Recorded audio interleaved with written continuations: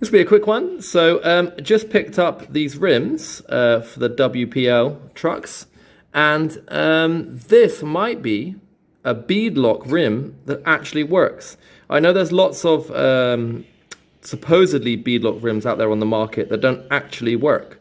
This one might do, because it's not just a hub, it's a solid piece. It actually comes apart like this, and so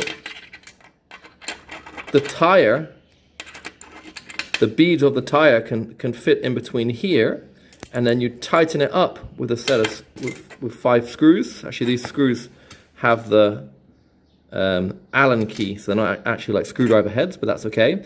And you tighten it up with them, and then basically, this is one of those soft tires that always comes off the rims.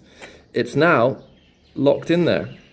So the bead is locked in, so hopefully it won't come off as it has done in the past. The problem is, one problem I noticed is that there's no hole drilled into it here. So like with the other tires, they got holes in them, so the air escapes, so they're nice and bouncy. This one, no hole for it to escape. I mean, I suppose you could drill a hole in it, which would help, but we'll see how it goes anyway.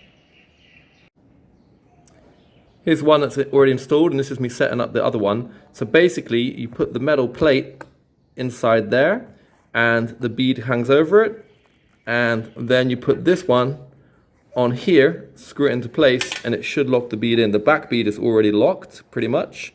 These are quite heavy. I'm not sure what weight they are, but I guess they will do instead of wheel weights. They're quite heavy. The rubber tie, it's really thick, so you've got to make sure you just get the bead in there. So it's a bit tricky to do, but it can be done. This one is done correctly. This one I did not do correctly. Essentially, this one is fully bead locked, and now there's nowhere for the air to go because it doesn't have a hole in the hub, so it's a fully pneumatic tire, which actually is still really soft, but it does lose some of it because some of it's give because it doesn't have that hole. Maybe I'll have to drill a hole in the wheel here, you know. Anyway, this one here didn't get it quite right here. So the back is locked in there, not coming out.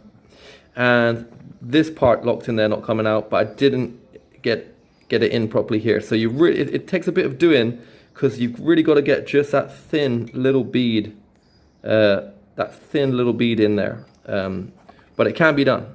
Anyway, here, this one's done now, soft compound tires, and that's not coming out because it's locked into place at all, not coming out at all.